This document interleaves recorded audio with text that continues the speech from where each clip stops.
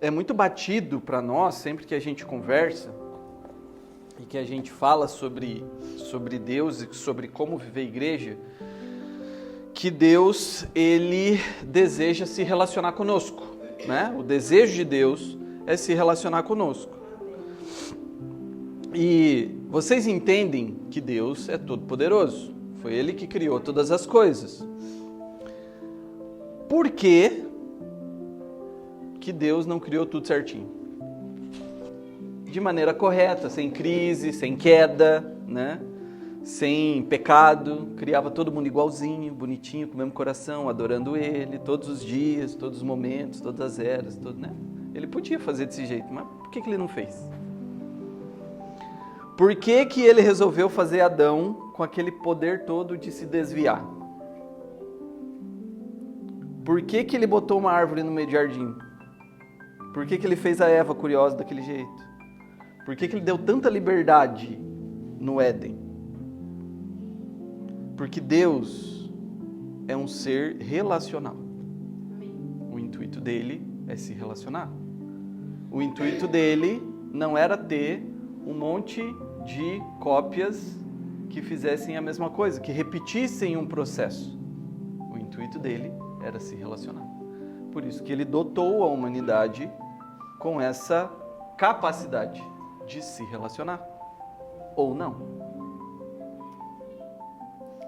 Desde sempre, desde a eternidade, Deus é um Deus relacional. Pai, Filho, Espírito Santo se relacionando entre si.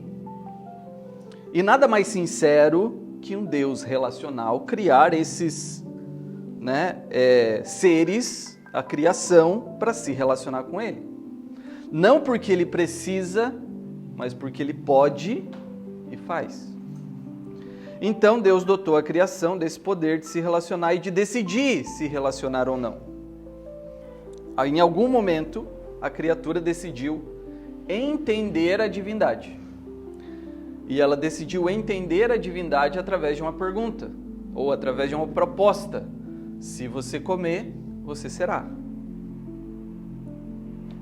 como Deus. E aí então você vai conseguir entender o que é a divindade. Então esse relacionamento, nesse momento que a humanidade decidiu entender a Deus, entender a divindade, se rompeu, se quebrou.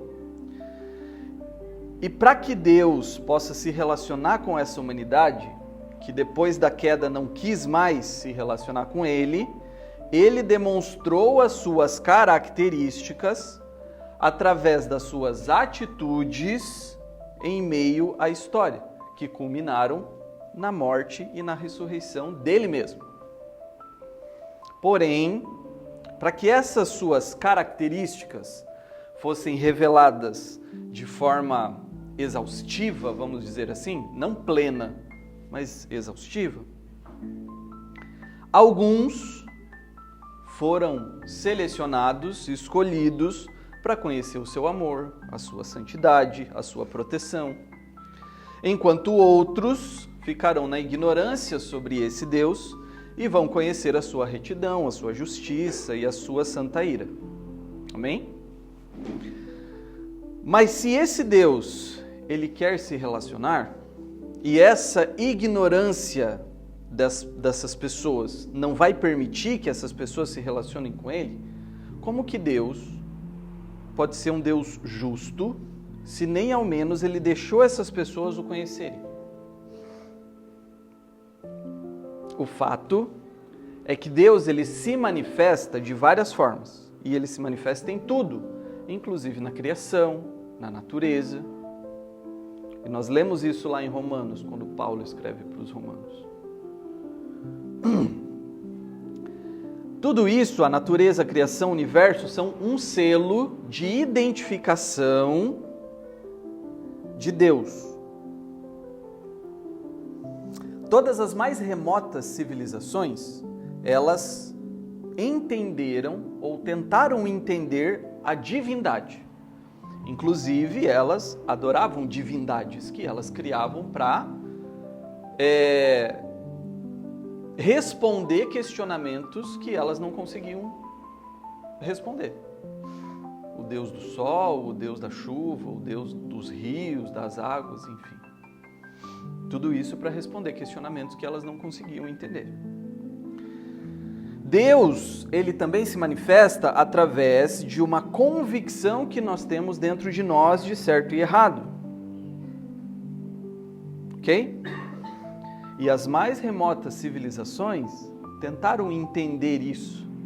Inclusive, todas as civilizações, por mais remotas que sejam, inclusive os índios lá, as civilizações lá da Papua Nova Guiné, que não tem contato com civilização até hoje, existe, se alguém conseguir ir lá e conversar com eles, vai existir um quadro de regras e leis que rege aquela civilização. Então, claro que essas leis e essas normas, elas vão seguir o propósito de quem as criou, né? Inclusive o que a gente entende como lei de Deus, os 10 mandamentos, toda a parte de Levítico e tudo mais, é muito parecido com algo que tinha sido escrito muito tempo antes no Código de Hammurabi. O Código de Hammurabi é uma pedra gigante que foi escrita lá na região onde viviam os sumérios, acádios, babilônicos e tudo mais.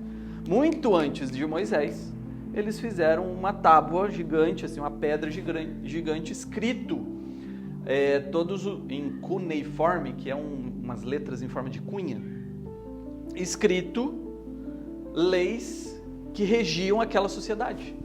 E muitas dessas leis estão na Bíblia. O que isso quer dizer? Que Deus, ele já está trabalhando desde sempre na sua revelação, no interior de cada um, nesse entendimento de certo e errado. Então, meus irmãos, diante disso, assim como Adão e Eva, que tiveram essa revelação da divindade e eles decidiram entender essa divindade, e esse relacionamento ele foi rompido, aqueles que olham essas revelações de Deus através da natureza e através da moralidade e tentam entender essa divindade, eles permanecem com esse relacionamento rompido. Porque não é sobre entender. E a gente vai ver isso hoje. Porque esse Deus, ele é um Deus de relacionamento. Ele não quer ser entendido. Ele quer ser conhecido. E esse conhecer, ele vem através de uma revelação específica, que é a sua palavra. Deus, ele escreveu um livro explicando como nós podemos conhecê-lo e nos relacionar com ele, restaurar esse relacionamento. Não obstante a isso, Deus é a própria palavra, que se encarnou, que se fez humano, para que essa relação, para que esse conhecer ficassem mais palpáveis a nós. Tão palpáveis a nós que um dos caras que andou com ele disse que pôde tocá-lo e recostar a cabeça no seu peito. Então Deus, ele quer ser conhecido e não entendido. Não é sobre intelectualidade, mas é sobre relacionamento. Hoje, meus irmãos, nós não estamos aqui para entender melhor o que Deus é, mas sim para conhecer mais sobre quem Deus é. Ok? Então hoje nós vamos falar sobre esse Deus, sobre a sua palavra. E eu gostaria que vocês abrissem no Salmo 119, por favor. É sério. Meus irmãos, a gente vai deixar, claro, né, a gente não vai ler o Salmo inteiro, mas a gente vai deixar aberto no Salmo, justamente para a gente entender alguns versículos específicos. E, bom, vamos orar primeiro, aí eu entro na palavra. Papai, que o Senhor possa se revelar a nós nesse dia, Deus, que nós possamos te conhecer melhor hoje, Pai. Tira esse nosso sofisma de tentar te entender, Jesus, e coloca de uma vez por todas no nosso coração o objetivo de te conhecer cada dia mais, Pai. Jesus, que não seja eu aqui, Deus, que não sejam Que não seja a minha intelectualidade, Jesus, mas seja o nosso relacionamento que esteja falando aqui, Pai. Que seja as suas palavras na minha boca, Jesus. Faça essa oração em nome de Jesus. Amém? Então, meus irmãos, hoje nós vamos passear aí pelo maior capítulo da Bíblia. O maior salmo da Bíblia. Né? São 176 versículos. Muito bem, são 3 páginas de salmo. É o maior período. É o maior capítulo. É o maior capítulo, o maior perícope, o maior salmo, enfim. Mas olha só que interessante, né? O Salmo 119, ele é um acróstico. Vocês lembram que era um acróstico?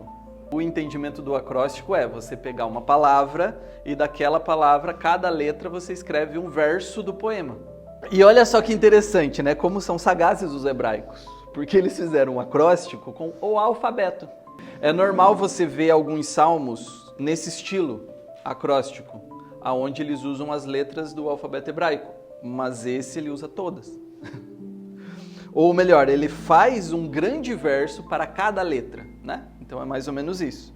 Então você vai ver ali que ele começa, né? Quer dizer, vocês não vão ver porque a Bíblia de vocês está em português. Mas ele tem as letras, né? Aleph, Bet, Gimel, Dalet. Não, mas as letras em hebraico não são ABC, né? Elas são... Tanto que W é a sexta letra, né? Vav. Vav seria o nosso W, né? E é a sexta letra. Então é exatamente isso, né? A primeira letra seria Aleph, né?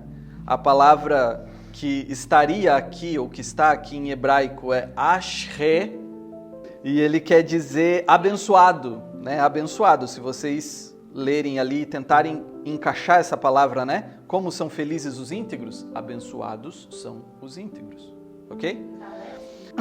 Aí ali no verso 9 vai começar com Bet, ou a palavra que tem ali é Bema, que quer dizer em que, se a gente tentar colocar ali, né? Em que o jovem pode se manter puro, né? Mais ou menos isso que ele está dizendo ali. No verso 17, a letra vai ser Gimel, que a palavra que está ali, né, que começa é Gimel, Gimle, que quer dizer recompensa, né? Recompense o teu servo com bondade. Mais ou menos isso que ele está dizendo ali. Então, meus irmãos, olha só, já é bonito esse cuidado. Mas, mais legal que isso, mais interessante que isso, é o tema central do maior capítulo da Bíblia, do maior salmo da Bíblia. O salmista está falando sobre a palavra de Deus. Ele está falando sobre a lei, sobre os estatutos. E é muito bonito, assim, é grande, mas é muito bonito você ler, porque em todos os versos ele traz essa importância que a palavra tem na vida dele. Me explica isso, Senhor. Como é bom viver nos teus estatutos, né? Como pode se manter, como um jovem pode se manter puro, obedecendo a tua palavra, né? Ele sempre vai trazer esse sentido. Então, é muito lindo ver que a preocupação dele em fazer um acróstico para falar da palavra de Deus dentro do maior capítulo, do maior salmo da Bíblia, é de um contexto muito interessante, né? Então, meus irmãos, o escritor desse salmo ele é desconhecido, né? Nós não sabemos quem é. Ele é atribuído a várias pessoas, mas não se tem certeza de quem é. Mas o que se pode notar é esse amor e essa relação íntima que ele tinha, profunda que ele tinha, com as leis, os estatutos, os mandamentos, né, com a palavra de Deus. E eu queria combinar uma coisa com vocês aqui, toda vez que a gente lê aqui leis, estatutos, palavra e tudo mais, a gente está falando sobre a palavra de Deus, a gente está falando sobre a Bíblia, ok? É isso, o que eles viam como Bíblia nessa época, que não tinha sido escrito inteira ainda, para eles era a palavra de Deus, né? Hoje, para nós, a palavra de Deus é tudo isso aqui, ok? Então, meus irmãos, eu vou ler os primeiros versículos, vou ler do 1 ao 4, você pode acompanhar comigo ali. Como são felizes os íntegros, os que seguem a lei do Senhor. Como são felizes os que obedecem a seus preceitos e o buscam de todo o coração. Não praticam o mal e andam em seus caminhos. Tu nos encarregaste de seguir fielmente as tuas ordens. E eu queria que vocês se atentassem ao final do primeiro versículo. A lei do Senhor. E o primeiro ponto que eu queria tratar com vocês aqui é sobre a autoria dessa palavra. Quem é o autor dessa palavra? Ok? A primeira característica, que nós vamos ver então, é que essa palavra ela tem um dono. Ela tem um autor. Por mais que ela tenha sido escrita por mais de 40 escritores, num intervalo de mais ou menos 1.400 anos, existe um autor soberano dentro de cada palavra que está escrita aqui. Uma autoria suprema. E essa autoria, ela era dada, de Deus para esses escritores que estavam escrevendo as próprias palavras de Deus. Esses escritores, eles estavam sendo taquígrafos. Você sabe o que é taquígrafo? Taquígrafos são profissionais que trabalham escrevendo o ditado de alguém. Alguma pessoa fala e essa pessoa escreve o que está sendo falado ali. Normalmente usado em tribunais, depoimentos e tudo mais. São taquígrafos. Vocês não precisam abrir, mas anotem aí para vocês verem depois. Lá no capítulo 16, no verso 22 de Romanos, da carta de Paulo aos Romanos, um tal de Tércio vai mandar saudações. Paulo está finalizando a sua carta. Timóteo está aqui comigo e não sei o que e tal. E aí Tércio fala assim: eu, Tércio, que estou escrevendo esta carta, mando saudações.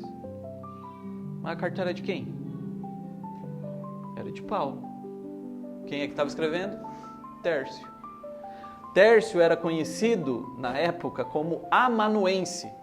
O amanuense é o taquígrafo lá da época. Enquanto Paulo falava, Tércio escrevia. Ok?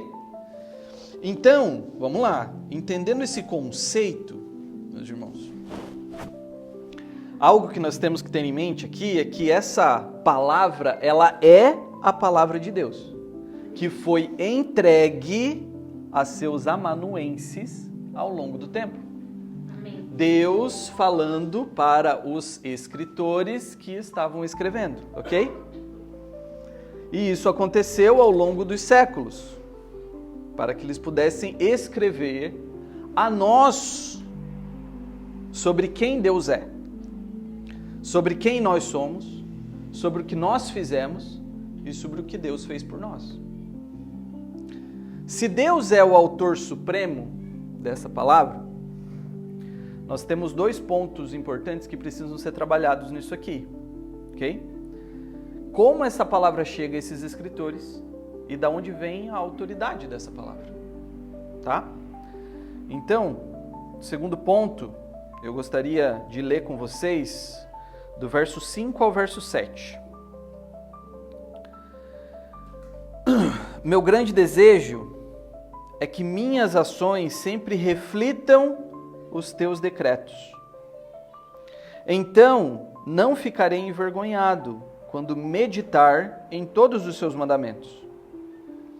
E te darei graças por viver corretamente à medida que aprender teus justos estatutos. Meu grande desejo é que as minhas ações sempre reflitam, verso 5, os teus decretos. Então, meus irmãos, primeiramente, segundamente, vamos falar sobre essa autoridade. Quando Tércio está escrevendo a carta de Paulo, no início do capítulo 16 de Romanos, no finalzinho a gente vê que Tércio que escreveu. No comecinho do capítulo 16, a gente vai ver que está escrito assim, recomendo-lhes a nossa irmã Febe. Ou seja, essa carta está indo, junto com essa carta está indo os entregadores dessa carta, e eu estou recomendando a vocês uma irmã muito querida nossa que se chama Febe. Paulo, ele está usando da sua influência e da sua autoridade para recomendar uma irmã para aquela comunidade, ok? Quem é que escreveu? Tércio. De quem era a influência e a autoridade? Paulo. Vocês estão me acompanhando? Legal. Então, nesse sentido, quando Paulo escreve as suas cartas, Paulo está escrevendo, está ditando as palavras que Deus deu para ele, para Tércio escrever. Ok? A autoridade é de quem? De Deus. Estamos caminhando, ok? Muito bem.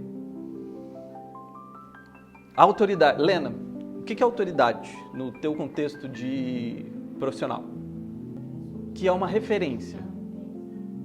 Ok. Que ela tem credibilidade. Ela é uma referência, tem experiência, tem credibilidade naquilo que ela está falando. Ok? Legal. Então ali no verso 5, a gente vai ver que o salmista está falando o quê? O meu grande desejo é que as minhas ações sempre reflitam o que você está falando. A autoridade.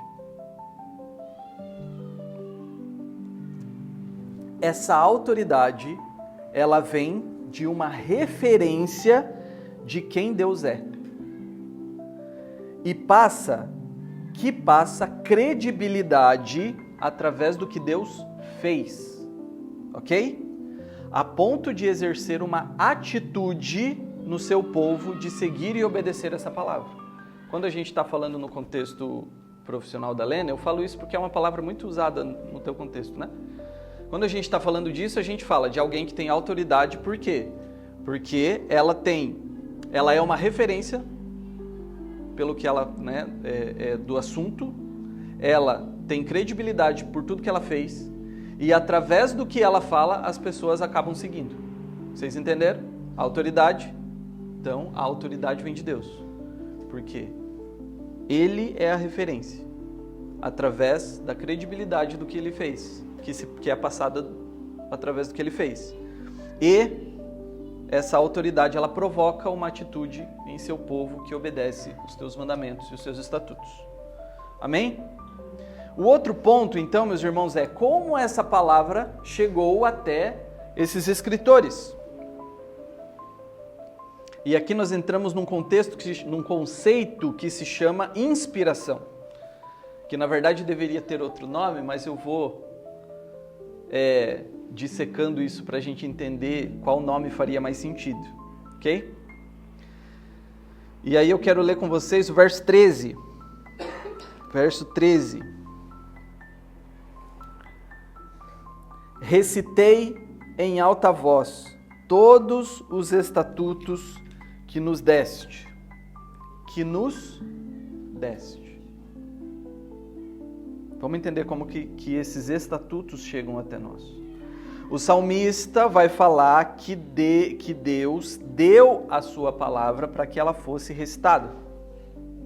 Na verdade, a palavra em hebraico usada aqui para nos deste é mais como aquilo que veio da sua boca, né? Como ficaria melhor traduzido isso aqui? Recitei em alta voz todos os estatutos que vieram da sua boca. Show? Legal. A inspiração divina para a composição da Bíblia, ela aconteceu de algumas formas. Com sonhos, com visões ditadas pelo próprio Deus, ou simplesmente entregue para o escritor na forma de uma revelação, uma compreensão, ok? Como um conhecimento, né? Paulo, ele estudou a vida inteira as Escrituras, mas Somente depois do encontro verdadeiro com Jesus, ele teve uma revelação do que tudo aquilo dizia. E aí Paulo pôde escrever a palavra de Deus através do que ele tinha de conhecimento, de revelação sobre a própria palavra de Deus. Amém? Muito bem. E nessa obra de inspiração divina, essa obra é feita através do Espírito Santo. O Espírito Santo, ele ungia uma pessoa e essa pessoa passava a estar inspirada por Deus e a escrever tudo aquilo que Deus queria que fosse escrito. Então, meus irmãos, não entendam que Deus ditou a Bíblia toda. Em alguns momentos você vai ver que Deus fala assim para o cidadão: escreve aí o que eu estou falando. Mas em vários momentos não é assim que acontece. É um sonho, é uma visão ou uma compreensão. O Espírito Santo dá uma compreensão para aquela pessoa daquilo que está acontecendo e aquela pessoa escreve. Inspirada por Deus. Ok? Quando Paulo está escrevendo ao seu amado amigo Timóteo, ele vai dizer que a palavra ela é inspirada. Na nossa tradução vai estar escrito inspirada. Mas a palavra grega ali, escrita nesse inspirada, é theopneustos, que numa tradução livre é sopro de Deus. É o quê? Pneustos. Vocês já ouviram falar de pneumático? Pneumático é ar, é sopro. Então, theo, Deus, pneustos, sopro. O sopro de Deus. Então, o mais sábio a se dizer não é que essa palavra foi inspirada por Deus, mas foi expirada por Deus. Então, quando a gente está falando desse momento da viração do dia, era o momento onde a presença de Deus estava ali, através da sua brisa, ou através da sua ruá, do seu espírito, da sua pneuma. E é engraçado porque, quando isso acontece depois do pecado, Adão e Eva não se dão conta que Deus está ali. Por quê? Porque eles não estão mais sentindo essa ruá, essa presença, essa pneuma, o Espírito Santo. Entende? Então, Paulo, ele quer dizer que o sopro de Deus, a sua ruá, o seu espírito, ou como o salmista falou ali, aquele sopro que sai da boca de Deus, ele vai direto para o coração do escritor. E por isso é a própria palavra de Deus que está sendo escrita. Qual é a revelação plena da palavra de Deus? Jesus, encarnado, ok? A Bíblia, ela é o que foi escrito acerca de Jesus, entende? Então, plenamente a revelação é Jesus. E quando Jesus esteve na terra com os seus discípulos, Jesus falou tudo sobre ele, sobre Deus, sobre a palavra, para os seus apóstolos. Ao ponto que ele chegou para os seus apóstolos e falou: eu preciso ir para que venha o Espírito Santo que vai lembrá-los de tudo que eu falei. Quando os apóstolos estão escrevendo, eles não estão escrevendo nada da cabeça deles. Eles estão escrevendo aquilo que Jesus já tinha falado e o Espírito Santo os relembrou. Entendeu? Por isso que quando João morre, acaba a revelação, revelação específica, que é a Bíblia. João foi o último apóstolo, a última pessoa inspirada que escreveu as palavras de Deus. Todo mundo que surgiu depois dizendo que recebeu uma revelação de um anjo, do próprio Deus, de que tinha uma parte... tem uma parte que Deus esqueceu de passar para João, mas eu recebi um anjo aqui que me falou que agora tem que ser todas as religiões, denominações que falam que receberam algo a mais do que isso aqui, seita, anátema.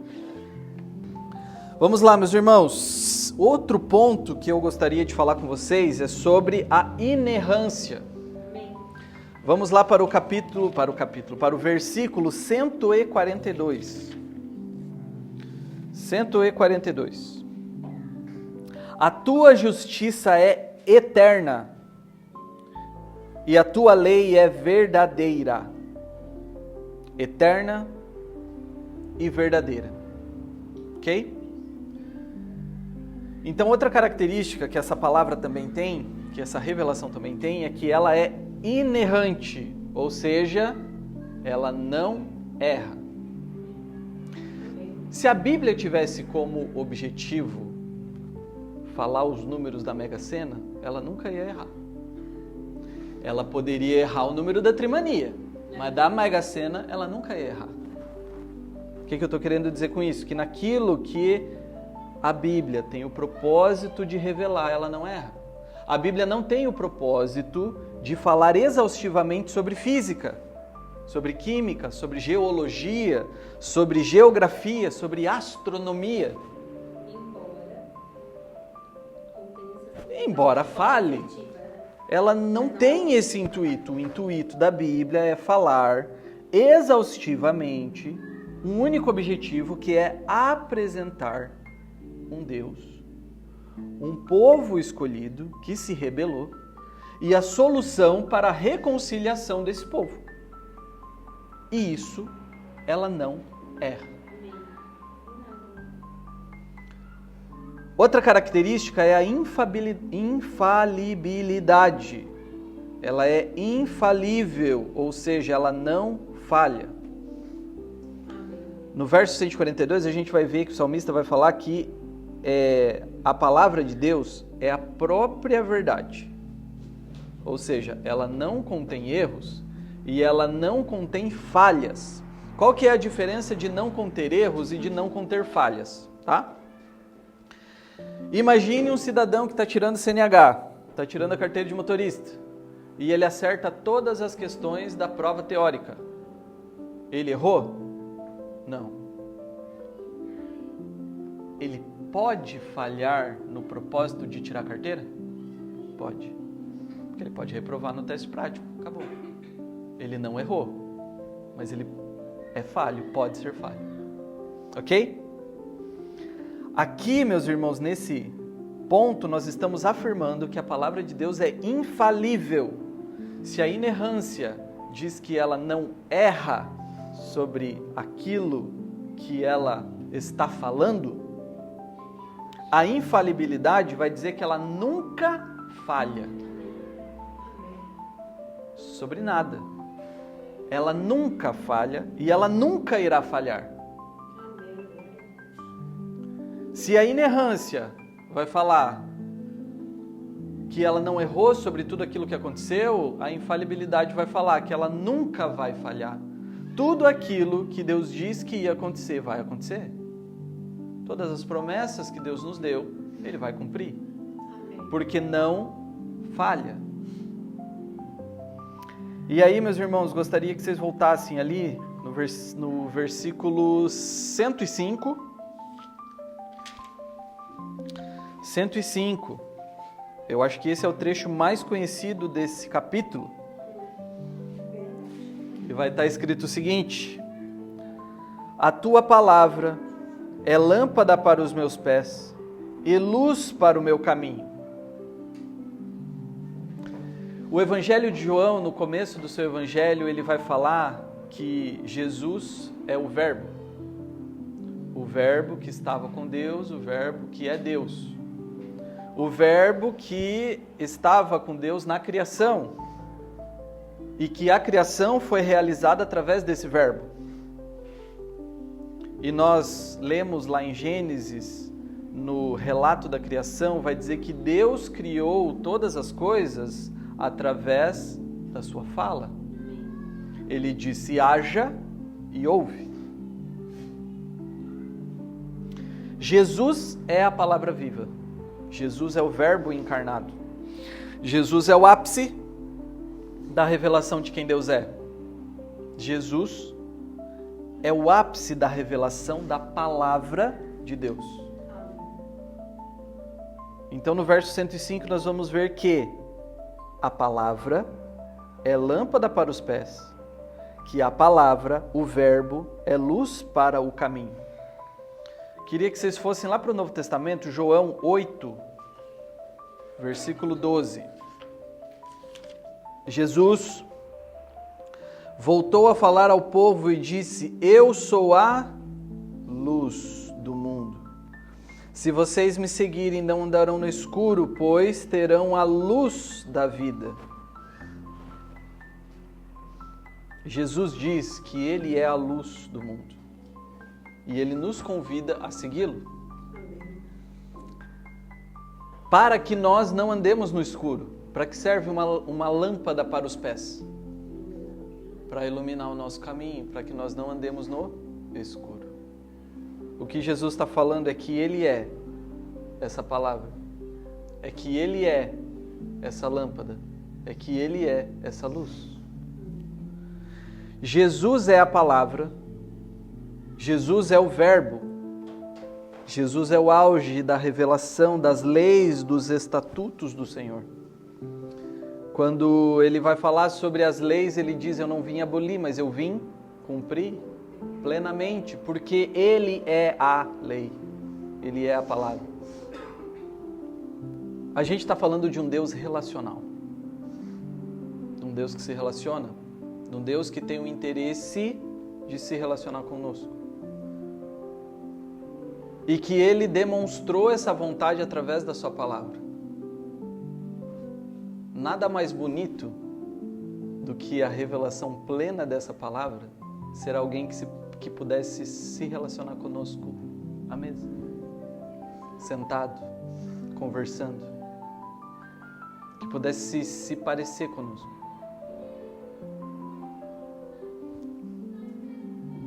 Então, meus irmãos, imaginem que Jesus ensinava a palavra, Jesus era a palavra, ensinando a palavra, explicando a própria palavra.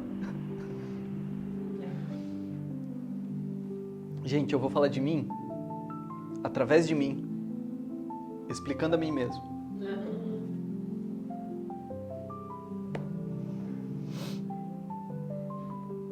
A palavra viva, explicando a palavra de Deus através da palavra escrita. Tudo isso em uma mesa com seu povo.